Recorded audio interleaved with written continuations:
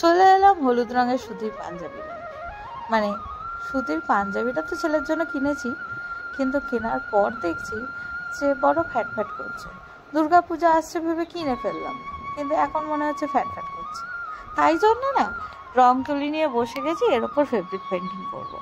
এবার বাচ্চা মানুষ তো খুব বেশি জ্যাবরা জুবরা কিছু ভালো লাগবে না, পড়তে চাইবে না। তাই জন্য ওর পছন্দ মতো কিছু জীবজন্তু কাগজে প্রথমে এঁকে নিলাম, তারপর সেটা টুকটুক করে ছাপ তুলে নিলাম পাঞ্জাবির উপর। তারপর এই যে একটাই কালার, রেড কালার নিয়ে বসেছি, এইটা দিয়ে পুরো পাঞ্জাবিটাকে ভালো করে তুলি বুলিয়ে নেব। ব্যাস, তাহলেই রেডি হয়ে যাবে।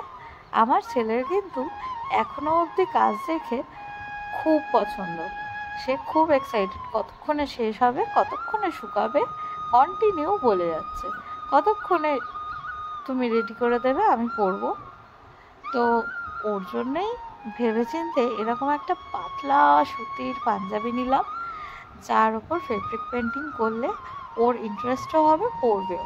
নয়তো আজকাল যে সিল্কের কাপড়, হ্যান্ডলুমের কাপড়ের যে পাঞ্জাবিগুলো পাওয়া যায় না, ওগুলো আমার ছেলে পরতে চায় না। এত গরম পড়েছে না, সেই গরমে আজকাল কোন বাচ্চা এসব মানে ভারী ভারী জামা কাপড় পরতে চায় বলো? আমরা মায়েরা পরিয়ে দিই জোর করে, বাচ্চা বেচারা বলতে পারে না কিছু, কিন্তু এটাও তো ঠিক নয় বলো। এই গরমের মধ্যে অত ধুক্ক জিনিসপত্রগুলো তো কষ্ট হয় না।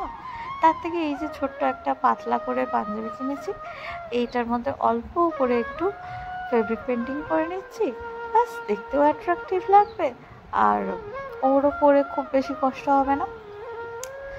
তা আমার বুদ্ধিতে এতটুকুই কুলালো, তাই আমি এরকম করলাম। তোমাদের কি মনে হয়, তোমাদের কি মতামত, তোমাদের কেমন লাগলো ডিজাইনটা, সেগুলো অবশ্যই কমেন্টে জানাও। কিন্তু আমি কিন্তু অধীর অপেক্ষায় রইলাম।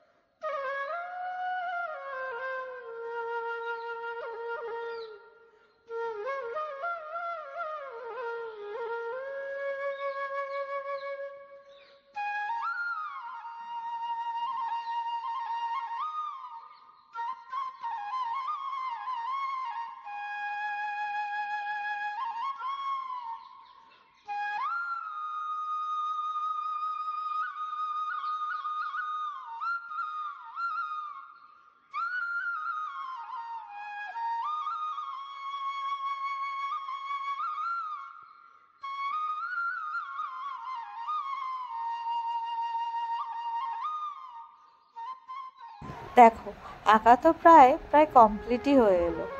এইবার তোমরা কিন্তু অবশ্যই জানাও যে তোমাদের কেমন লাগলো। আবার দেখা হবে নেক্সট ভিডিওতে।